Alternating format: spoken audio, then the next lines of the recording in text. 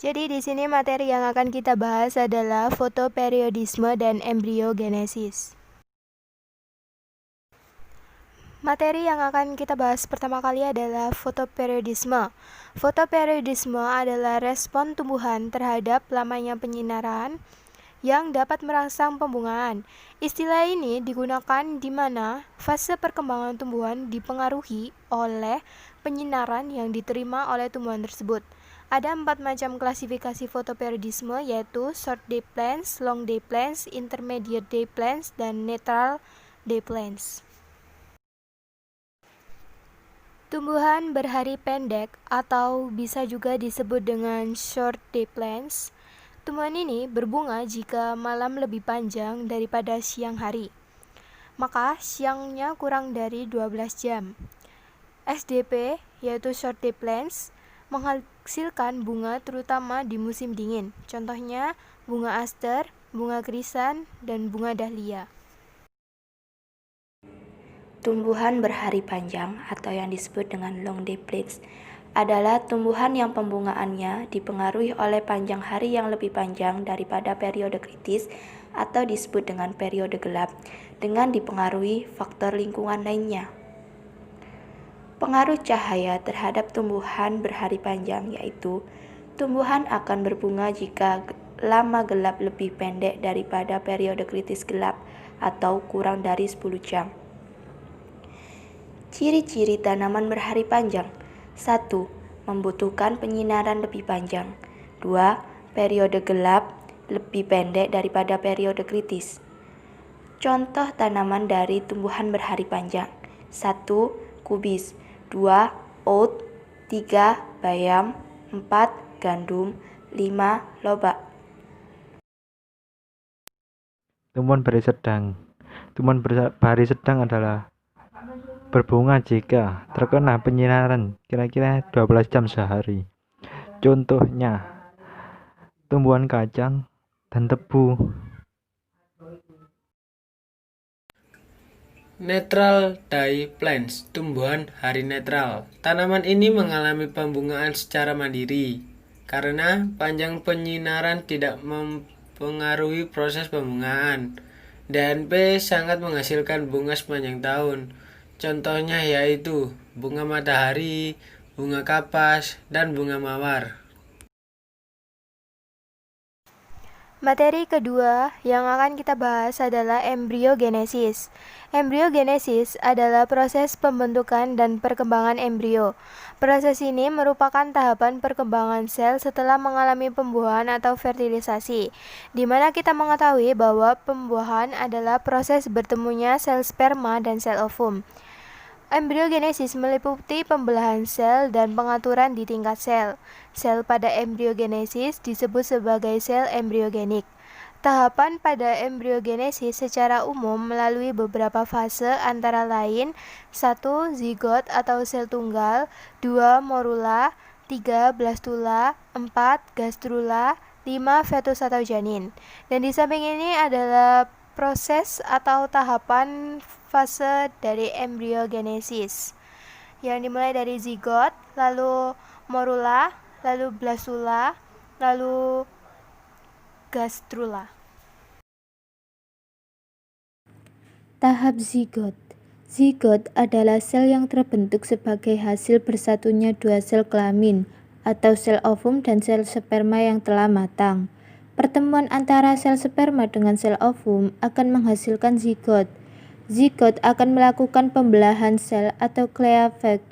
Saat sel sperma masuk ke dalam sel telur, kepala sperma membuka diri kemudian melebur menjadi zigot. Ciri-ciri dari zigot. Pertama, mampu untuk membagi menjadi dua massa yang berbeda pada sel yang sama. Kedua, dua sel tersebut yang identik bergerak ke bawah saluran tuba dan akan ditanamkan ke dalam lapisan rahim. Terbentuknya zigot. Setelah terjadi proses fertilisasi atau pembuahan, tahap perkembangan zigot. Pertama, morula, kemudian blastula, kemudian implementasi, kemudian embrio, dan terakhir janin. Tahap morula. Morula adalah suatu bentukan sel seperti bola atau bulat akibat pembelahan sel yang terus-menerus. Keberadaan antara satu dengan sel yang lain adalah rapat. Zigot akan mengalami pembelahan mitosis berulang kali menjadi 2, 4, 8, sampai 64 sel. Sel-sel yang terbentuk ini dinamakan blastomer. Saat berjumlah 64, blastomer tadi berkumpul dan membentuk bola sel yang tidak berongga seperti buah arbei dan dinamakan morula. Ciri-ciri morula: 1. Bentuk selnya bulat. 2. Tersusun layaknya buah anggur atau murbei. 3. Mengandung banyak sel hasil mitosis yang kesemuanya berkumpul jadi satu. Fase morula: 1 sel kutub vegetatif, 2 sel, 4 sel, 8 sel.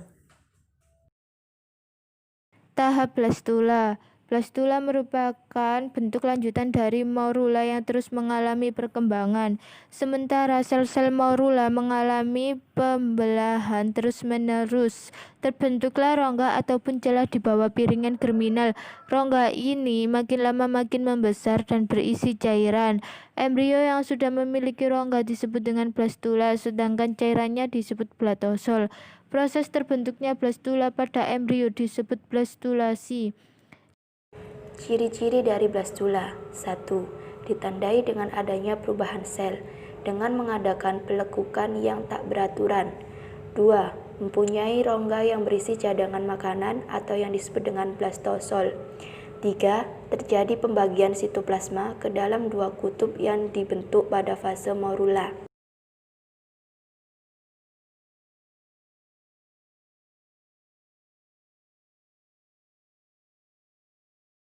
Tahap grastula. Grastula adalah fase awal dalam perkembangan embrio sebagian besar hewan di mana blastula berlapis tunggal diseorganisasi menjadi struktur berlapis-lapis yang dikenal sebagai grastula.